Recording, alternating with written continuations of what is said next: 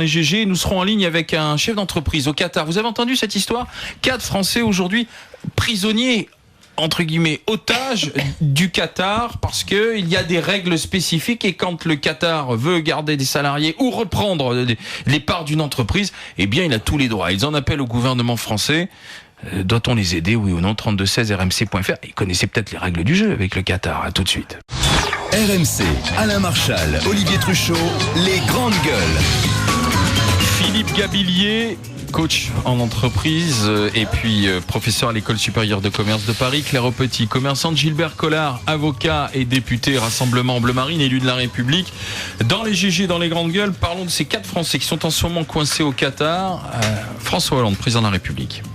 La confiance, la réciprocité, la transparence. Parce que tout doit être clair, tout doit être simple dans les relations entre la France et le Qatar. Tout doit être clair, tout doit être sain, mais visiblement, ce qui arrive à ces Français, ce n'est pas clair. Oui, je ne sais pas si vous avez vu les images des femmes de ces 4 Français en pleurs avec leur avocat, maître Franck Berton, expliquant ce véritable casse-tête juridique au Qatar. Donc, ce sont alors l'histoire de ces 4 hommes se ressemble. Ce sont des entrepreneurs qui viennent au Qatar, qui réussissent, notamment par exemple l'histoire de Jean-Pierre Marongiou. Je crois qu'il avait investi plus de 2 millions d'euros. Et puis, quand l'affaire est montée, il y a les Qataris qui arrivent et qui exigent de reprendre toutes les parts, mais gratuitement. Et tu ne peux rien faire. Parce que le Qatar, on va peut-être se rappeler, c'est une dictature. C'est le pouvoir absolu. Et donc, une fois que tu es face à un pouvoir absolu, tu n'as aucun recours. Et Franck Berton, l'avocat, va plus loin, dit « Aujourd'hui, on ne dit rien parce que c'est le Qatar. On n'en parle pas. Il ne faut surtout pas critiquer le Qatar. » C'est le grand ami de la France qui investit énormément d'argent, des milliards de dollars aujourd'hui en France. Philippe Gabillier, Claire Aupetit, Gilbert Collard, nous sommes avec cet entrepreneur actuellement piégé au Qatar, Jean-Pierre Marongiou, bonjour. Oui, bonjour. Merci d'être avec nous. Est-ce que votre dossier déjà avance un peu en ce moment ou pas? Absolument pas. Il avance sur le plan médiatique, puisque depuis quelques jours, on parle beaucoup de notre affaire suite à l'intervention de monsieur Franck Berton. Mais juridiquement, rien n'avance en fait. Et puis, pour le moment, tant que ce ne sera pas dit en anglais, tant qu'une plainte n'aura pas été officiellement déposée, et ce doit être fait le 2 septembre, je ne pense pas qu'ils réagiront. Mais expliquez-nous votre histoire, parce que vous êtes arrivé au Qatar, vous avez investi plus de 2 millions d'euros, c'est ça ? Oui, donc je suis arrivé au Qatar il y a 8 ans. Cet investissement, il est sur les 8 années, bien évidemment. Mmh. J'ai rencontré quelqu'un de la famille royale, un cheikh, puisqu'ici ils sont tous chèques et même sans provision de temps à autre quand il s'agit de nous piquer notre fric, et qui m'a conseillé de m'installer au Qatar plutôt que de m'installer à Dubaï. Et donc la loi qatari, qu'ils appellent la loi sur le sponsorship, c'est une idée, le sponsorship, qui vient du mot parrain en français. Ils en ont la conception sicilienne puisqu'ils se comportent comme des mafieux. Dès que la société commence à tourner, et moi ça a été le cas après 4 ans, on commençait à être visible un petit peu partout dans le Proche-Orient et à faire de la formation pour les élites qatariennes justement. Quelle activité? Donc formation, management. D'accord. Et donc une fois que ça a fonctionné, le management à la française, d'ailleurs, je tiens à souligner qu'on est considéré en termes de management comme probablement les meilleurs du monde bien avant les anglo-saxons, et ça c'est une bonne nouvelle. Mais vos partenaires, vos parrains qataris, donc une fois que ça a marché, ont exigé de reprendre vos parts, mais gratuitement. Ah, complètement. Quelqu'un est venu me voir en tenue blanche angélique, comme ils ont l'habitude de le faire, en me disant voilà, bravo pour la progression de la société Provencis. Je souhaiterais maintenant récupérer la société pour l'intégrer dans mon groupe. Alors, j'étais pas contre en fait. Je me suis dit tiens, je vais faire une plus-value et puis pour une start-up, c'est toujours intéressant. Et en fait, il m'a dit non, mais tu n'as rien compris, on récupère ça gratuitement puisqu'elle nous appartient, on te remercie de ce que tu as fait pour nous, au revoir. Et alors donc vous avez refusé, on vous a privé d'un visa de sortie, vous avez également tenté de vous enfuir du Qatar. Tout à fait, donc au bout de 2 ans, sans revenus, sans pouvoir sortir, sans voir ma famille, j'étais complètement désespéré à force de taper à toutes les portes pour essayer de m'en sortir. Personne ne voulait m'écouter et le service diplomatique français encore moins. Donc je n'avais plus qu'une solution, c'était acheter un kayak à Gosport et partir au large. Attendez, vous êtes parti en kayak pour fuir le pays? Oui, tout à fait, oui. Et vous êtes arrivé au Bahreïn, c'est ça? Alors oui, après beaucoup de difficultés, puisque c'était à contre-courant, contre la marée, je suis parti de nuit pour pas être vu. Au bout de quelques heures, quand je me suis retrouvé au large, la tempête s'est levée, le bateau s'est fracassé, et je suis resté accroché au caisson flottant des heures jusqu'à ce qu'un bateau de pêcheurs me ramène sur les plages du Bahreïn. Et pourquoi vous êtes retrouvé au Qatar ensuite? Parce qu'à partir de là, donc j'ai pris le premier taxi que j'ai pu trouver à Bahreïn pour aller au consul de France, lui demander une lettre de sortie du territoire pour partir en France. Et il m'a dit qu'il ne pouvait pas la faire, que c'était des soucis pour lui, qu'éventuellement, il pourrait appeler l'ambassadeur et venir me voir à l'aéroport pour se présenter lui en tant que consul de France et leur demander de me laisser passer. Mais à 2h moins le quart du matin, il m'envoie un coup de téléphone pour me dire mais non, je peux pas, c'est trop de soucis. Ils m'ont donc remis aux autorités bahreïniennes, qui m'ont remis au garde-côte qatari et qui m'ont ramené en prison 17 jours. Vive la France. Ah, donc en fait la France vous a remis aux mains du Qatar, quoi. pour ne pas se fâcher avec le Qatar, selon vous? Tout à fait. Mais C'est dites-moi, une histoire de dingue quand même. Hein. Jean-Pierre Maronghiou, donc si je comprends bien, le Qatar, à partir du moment où à un moment il veut récupérer ses billes dans une entreprise quelle qu'elle soit, il a tous les droits. C'est selon ses propres lois et conventions. On est d'accord? Tous les résidents au Qatar, par la loi du sponsorship et notamment celui de l'exit permit, sont la propriété physique du parrain qatari. D'accord. Et vous ne pouvez sortir. Quand vous arrivez au Qatar, vous devenez un esclave de l'État qatari. D'accord. Ouais, mais moi je voudrais comprendre parce que j'imagine que votre avocat Maître Berton frappe aux portes du Quai d'Orsay, alerte les autorités. Que dit la France à maintenant? Alors le Quai d'Orsay disent qu'ils me soutiennent moralement et que la consul est venue me voir en prison. Et vous êtes où là en ce moment? Là je suis dans une chambre d'hôtel louée au nom d'un ami puisque je n'ai plus de papier, je ne peux plus rien faire.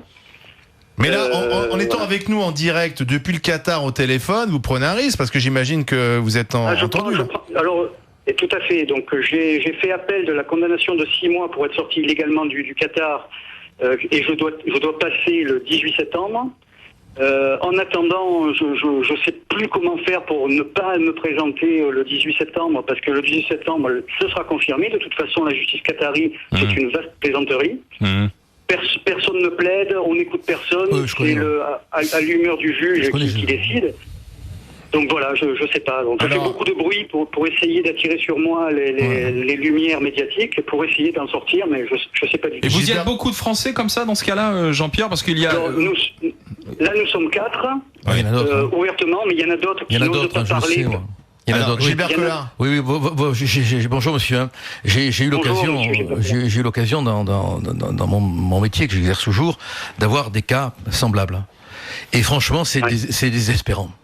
Parce que on se heurte à une dictature. Les juges sont à la solde du pouvoir, on se partage l'argent. Et à l'intérieur même du pouvoir, je m'en suis rendu compte, quand quelqu'un ne fait pas ce qu'on lui dit de faire, il est tout de suite emprisonné. Absolument. Voilà, Absolument. C'est donc une dictature terrible. Mais c'est pas le visage du Qatar qu'on veut nous montrer ici en France. Bien la évidemment. vitrine du Qatar, elle est pas. Bien évidemment, mais là on a un témoin qui vit un drame parce que moi les 2 ou 3 personnes, je crois, que j'ai rencontrées qui avaient eu des problèmes identiques, ça a duré jusqu'au moment où elles ont tout perdu. Elles sont parties parce qu'elles ont tout perdu. Jean-Pierre, vous pouvez pas partir, vous? Non, je peux absolument pas partir. Oui, parce que Jean-Pierre, vous voyez, depuis que on a commencé à discuter ensemble, je regarde les quelques réactions de celles et ceux qui nous écoutent là en ce moment en direct sur RMC, et j'ai notamment, vous voyez, réaction de Lude qui m'écrit sur le compte Twitter d'Erangel. Moi, je rigole des Français coincés au Qatar. Et ben voilà ce que c'est quand on veut aller faire fortune, quand on veut les sous sans payer d'impôts, pas d'impôts, mais un prix à payer avec une dictature. Jean-Pierre Maronghiou. Oui, j'ai eu beaucoup de marques de sympathie et aussi également ce genre de commentaires. Alors, ce qu'il faut savoir, c'est que l'argent que j'ai investi, c'est l'argent que j'avais travaillé pendant plus de 25 ans en travaillant dans tous les pays pétroliers du monde. J'ai payé longtemps mes impôts en France tant que j'étais résident en France. J'ai employé énormément de Français qui ne se sont pas retrouvés à la charge de l'État français. Moi, la France, je me bats pour elle à l'étranger, je défends ses valeurs. J'ai été président de l'Union des Français à l'étranger pendant 6 ans ici au Qatar et j'ai défendu énormément de Français. Alors je comprends bien que l'on veuille chaque fois critiquer les gens qui partent pour essayer de mieux gagner leur vie. Ça ne veut pas dire parce qu'on part à l'étranger qu'on s'appelle Depardieu. Ça ne veut pas dire qu'on soutient les dictatures. Au contraire, on défend la France là où il y a l'emploi et là où il y a de l'énergie. Et croyez-moi que ce que j'ai fait pour l'image de la France en termes de management ici, j'en étais très fier jusqu'à ce que je reçoive ce genre de commentaires. Et vous savez, monsieur, moi, très entre nous, je serais fort étonné que les Qatariens cèdent. Fort étonné. Non, mais je suis persuadé qu'ils ne céderont absolument pas. Ils ne céderont pas. Ils n'en ont rien à foutre. Mon argent est perdu. Mon argent est perdu et ma liberté probablement. Oui. Ça c'est clair. Oui. Et sachez que le consul et l'ambassadeur n'interviendront pas. Mais merci. Alors, Madame la consul au Qatar est d'un soutien moral important. Ça je le crois volontiers. Oui. L'ambassadeur, par contre, lui, c'est un homme sans voix, sans courage et sans charisme. Comment s'appelle-t-il ? Et surtout pas. Au contraire, il fera tout pour enfoncer les Français en difficulté. Comment s'appelle-t-il ? Il s'appelle Monsieur Jean-Christophe Possel. Il était directeur de cabinet de Monsieur Éric Besson. Merci d'avoir été avec nous, Jean-Pierre Maranguiou. Je sais pas, il paraît que Dominique de Villepin est le grand ami du Qatar. Il peut peut-être essayer de... Tout le monde est grand ami du Qatar quand il s'agit de financer des campagnes électorales, oui, c'est sûr. Merci Jean-Pierre Maranguiou. Philippe et Claire, qu'est-ce que vous en pensez ? Vous pouvez rester quelques minutes avec nous encore, Jean-Pierre, pour écouter un peu les commentaires. Merci. Avec Philippe. Il y avait je voudrais ajouter que Monsieur Le Drian, qui était hier au Qatar, a refusé de nous voir. Il n'avait pas le temps. Le ministre de la Défense, Le Drian, était au Qatar. Oui, et je sais pas, peut-être que les rafales du vent du désert lui ont bouché les esgourdes, mais il avait pas le temps de nous voir. C'est-à-dire qu'il est plus préoccupé, à mon avis, par le dossier syrien que par le vôtre. C'est bien dommage parce que... Oui, parce que c'est quand même... Parce que, attendez, on se bat contre on se bat censément pour lutter contre une tyrannie. En Syrie, mais au Qatar, c'est une tyrannie de la même. Il y a les bonnes et les mauvaises tyrannies. Mais il y a les tyrannies avec lesquelles on fait du blé, le Qatar, et il y a les tyrannies avec lesquelles. La réelle politique, ça doit exister. La réelle politique. Au moins qu'on ait la pudeur de ne pas nous prendre pour des blaireaux. Philippe et Claire. Moi, je trouve que c'est important qu'on commence à en parler puisqu'il y a eu, je sais pas si vous vous souvenez, début août en France, on a eu déjà, Monsieur Maranguiou, on a eu Zahir Bellounis qui a fait un peu parler de son cas que vous connaissez probablement très bien. Il y a aussi le cas de Stéphane Morello qui était un entraîneur qui est aussi bloqué là-bas. Donc c'est fait par. Moi, le quatrième, je le connais pas, mais enfin vos 3 noms en fait ont commencé à circuler. C'est des cas effectivement à la fois très dissemblables. Ça va du footballeur de 2e division dont on a confisqué le contrat, qui on doit du fric et tout. Il y a votre cas à vous. Et c'est vrai que la seule solution probablement est une solution politique venant du plus haut niveau avec, je dirais, notre président qui à un moment donné viendrait vous récupérer. Mais c'est vrai qu'on est face à un cas. Il y a votre cas à vous qui est un cas individuel avec peut-être d'ailleurs d'autres cas comme le vôtre qui se préparent parce que je pense que vous êtes plusieurs entrepreneurs étrangers aujourd'hui au Qatar qui ont une espèce d'épée de Damoclès sur pas seulement français d'ailleurs. Pas seulement français, européen sur la tête. Et je crois que ça doit absolument nous alerter sur ce qu'est effectivement le Qatar. Le Qatar, c'est une dictature. Fait des illusions sur le Qatar, justement. Et tu sais, il y a eu, moi, je vous rappelle, Gilles Kepel, que vous connaissez, qui est un grand spécialiste du Moyen-Orient, rappelle, il n'arrête pas de le dire, le Qatar aujourd'hui, non seulement rachète des clubs de foot, le Qatar est en train de racheter le Hamas, au sens où un club de foot. Quand le Hamas va avoir le fric du Qatar, je vous explique pas dans quelle situation, il va y arriver. Donc il se passe des choses graves. Rappelons quand même là-bas qu'on coupe la main au voleur. La politique du cheval de Troie. Oui, complètement. Claire Aupetit, qui tu écoutais attentivement depuis tout à l'heure, Claire.